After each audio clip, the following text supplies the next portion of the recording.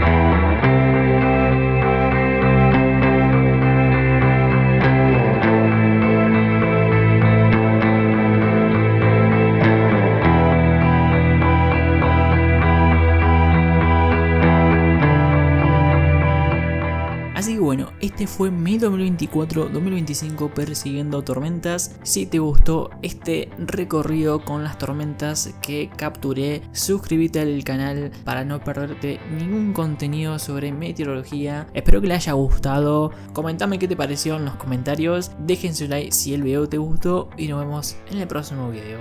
Chao, chao.